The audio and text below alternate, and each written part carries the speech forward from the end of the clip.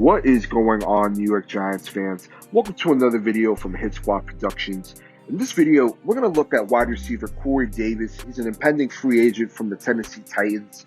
With the New York Giants needing a wide receiver, does he fit what the New York Giants are looking for? Do I think the New York Giants should go out and sign him?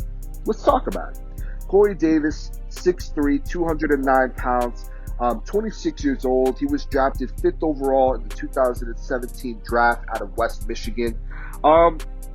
Very interesting player. Very interesting player. You know, coming into the NFL, he was believed to have a lot of high hopes, to say the least. You know, a lot of people thought he would have a high ceiling, and he's been everything short of that. Let's be real. He's been everything short of that. When you look at his career stats, 207 receptions, 2,851 yards, 11 total touchdowns. The average 13.8 yards per reception. Not looking good for a 5th overall pick. You know, you definitely would expect that at least within the first 2 years of a player, not within the first 4 years. And when you look at it, 2017, 34 receptions, 375 yards, no touchdowns. 2018 was definitely an improvement at 65 receptions, 891 yards, 4 touchdowns. 2019 kind of fell off a little bit, 43 receptions, 601 yards, and 2 touchdowns. And in 2020, he had his best season at 65 receptions, 984 yards, 5 touchdowns, averaging 15.1 yards per reception. Now, the Tennessee Titans did decline to pick up his 5th-year option. I do think that is worth noting because considering that he's been a 5th overall pick, that says a lot on how the Tennessee Titans view him. And I completely understand, you know, with the 5th-year option, if they would have had to pick it up, you know, it would have carried a $15.68 million cap hit in 2021. And especially with, we don't know where the cap is going to be, I don't think a lot of teams are going to want to pay Corey Davis that kind of money. Now, I do think that Corey Davis will get his money somewhere. Now, if he doesn't get a multi-year deal, I can absolutely see him getting a 1-year prove-it deal because I'm sure that a lot of teams are concerned with his production and if he's even worth the money. Now, he did have his best year this year, but I think you could credit that to a lot of things. You know, A.J. Brown stepped up. Go watch the film. Go watch some Tennessee Titans games. A.J. Brown is a stud. He is looking like within the next year, within the next 2 years, he's going to itch himself into that top 6 wide receiver discussion. He is an incredible wide receiver. Now, I will say this much. Corey Davis, his route running did get better. His hands got better. I thought his ability to create separation was improved too. But I just think that you got to ask yourself, do you really expect him to be your number 1 wide receiver, especially in this offense? Because I personally don't. And I think that he would be our number 1 by default, but let's be real, Giants fans. That isn't saying much at all.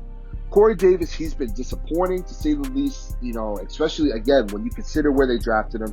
He hasn't lived up to that pick, and unfortunately, a lot of people around the league prior to this year, and you can even throw this year in despite the optimism, have considered Corey Davis to be a bust, and I get it. You know, to me, when I see Corey Davis, something I see that really sticks out to me is he's not a number 1 wide receiver. At least on the Titans, he's not. But is it really a coincidence that he started to turn things around, especially this year, once A.J. Brown started to take that next step? When you have a dominant number 1 wide receiver, which A.J. Brown is, you're going to get a lot more one-on-one matchups, which is exactly what happened with Corey Davis when you look at the film. And we've been saying if the Giants go get a dominant number 1 wide receiver like Allen Robinson or Kenny Golladay, or if they go draft a player, if somehow Devonta Smith falls, or you get a Jalen Waddle, that would help out players like Darius Slayton.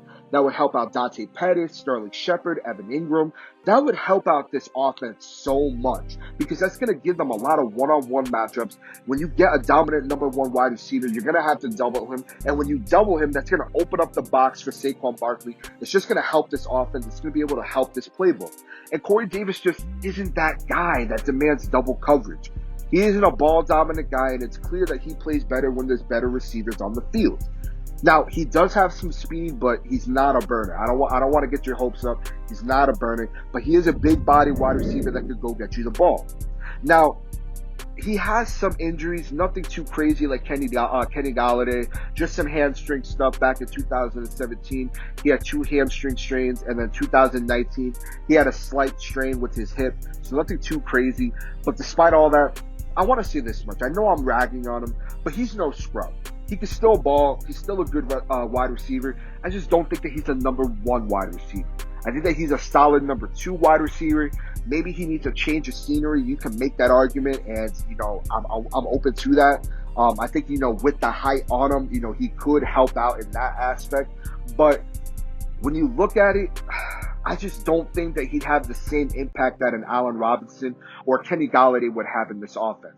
I mean, shit, you could even throw Curtis Samuel in there, because at least with Curtis Samuel, the Giants could use him in a variety of different ways because of his speed and athleticism. So to me, I'm avoiding Corey Davis unless for some reason none of the wide receivers that are worth taking in free agency are there. That's when I would go get Corey Davis as, a plan Z, I guess you could say. I'm not saying that he's the worst wide receiver that's going to hit the free agent market, but there are definitely a lot of better options that the New York Giants can take. We want to see Daniel Jones improve. We want to see him take that next step. So we need to, provide him with the right talent and the talent that's going to really take him to the next level. Most notably, you can look at players like Dak Prescott, who before, Amari Cooper definitely had a better career thus far than Daniel Jones has. But once he got Amari Cooper, that definitely skyrocketed. Now, we started to see how high of a ceiling Dak Prescott has. So I'm not saying that it's going to be the same thing with Daniel Jones, but I think that getting a dominant number 1 wide receiver would absolutely help out this offense and would absolutely help Daniel Jones. But I just don't think that a guy like Corey Davis would come in and be that number 1 dominant wide receiver that we really need to expand this playbook, and that would help Daniel Jones take that next step.